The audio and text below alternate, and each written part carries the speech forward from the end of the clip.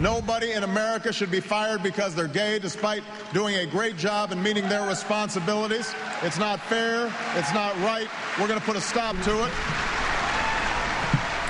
Nobody in America should be fired because they're gay, says the man who's in the process of firing this guy because he's gay. This is Lieutenant Colonel Victor Fehrenbach, who will join us in a moment. He's a fighter pilot who has flown 88 combat missions, earned 9 air medals, and estimates that the military has spent $25 million training him. But after a civilian outed him to the military chain of command, Lieutenant Colonel Fehrenbach was told he was being discharged under Don't Ask, Don't Tell after 18 years of service. President Obama's speech before the Human Rights Campaign this weekend was heavy on firm commitments to end Don't Ask, Don't Tell, but kind of light on details about how and when that will happen. I'm working with the Pentagon, its leadership, and the members of the House and Senate on ending this policy. Legislation has been introduced in the House to make this happen. I will end Don't Ask, Don't Tell. That's my commitment to you. The day after that speech, even as tens of thousands of demonstrators converged on the National Mall to call for, among other things, more details and swifter action on Don't Ask, Don't Tell, General Richard Myers, former chairman of the Joint Chiefs of Staff, had this to say about Don't Ask, Don't Tell. Gays can serve in the military, just can't serve openly, and they do, and there's lots of them, and we're the beneficiary of all that. General Myers offering a fairly succinct summary of the basic complaint about Don't Ask, Don't Tell. Joining us now is Lieutenant Colonel Victor Fehrenbach, and thank you for your time tonight. We appreciate it. Thank you, David. Lieutenant Colonel, given what happened to you, you lived by the don't tell part of the rule for years, only to be outed against your will. What do you think when you hear General Myers' characterization of Don't Ask, Don't Tell? I think it's very disappointing. It shows a real disconnect there about what is really happening.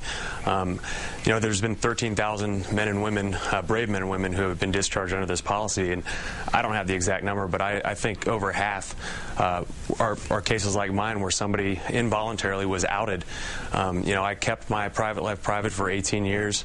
I never wanted to tell. The Air Force never asked me, so I lived by the law.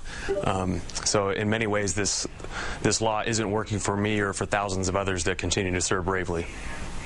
You have not been formally discharged yet. Tell us about the status of your case. That's correct. On April 15th, that was the final day of my administrative discharge board, and the board recommended an honorable discharge, and I've been waiting since then. The process from that point was supposed to go through a brief legal review, then onto a personnel review board, and then up to the Secretary of the Air Force for his final decision.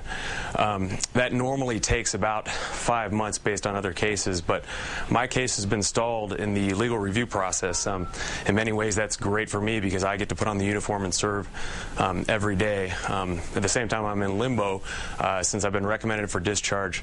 I don't know when I'll eventually be fired if that's the case. Are you holding out hope, though, that Don't Ask, Don't Tell will be repealed before you're formally discharged? I am. I hold out hope every day, and you know, each day I get to serve, it's an honor for me, and it's also good to show that my squadron, my fighter wing, they continue to do the job every day, and we prove every day that this policy needs to be repealed now. By my count, more than 400 servicemen and women have been kicked out under Don't Ask, Don't Tell since President Obama took office in late January. Obviously, you have a real sense of urgency about ending Don't Ask, Don't Tell. What did you think about the way President Obama addressed the policy this weekend? Do you think he understands the urgency? I hope he does. I mean, we've heard words like this before when he was a candidate last year, and then also when I was fortunate enough to go to the White House in June, I heard similar words. Obviously, the words over the weekend, they were more definitive than we have heard before, so that gave me, again, hope. But we've heard words before, and as a military man, we like to judge people on their actions, not their words. So we've heard words like this before, and I just hope now we can have action from the Congress and the President and from the American people that they can help put pressure on our lawmakers to do the right thing. And real quickly, Air Force Colonel, if Don't Ask, Don't Tell is repealed, say in January, February, well after health care, would that be enough time for you to stay in? I hope so. You know, if we would have followed the normal timeline, I would have been fired this week.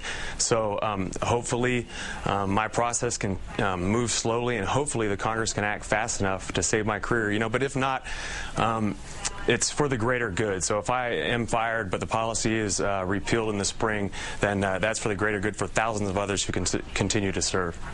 Air Force Lieutenant Colonel Victor Fehrenbach, we really appreciate you joining us tonight. Good luck with the review process. And on behalf of so many of us, thank you for your service. Thank you, David.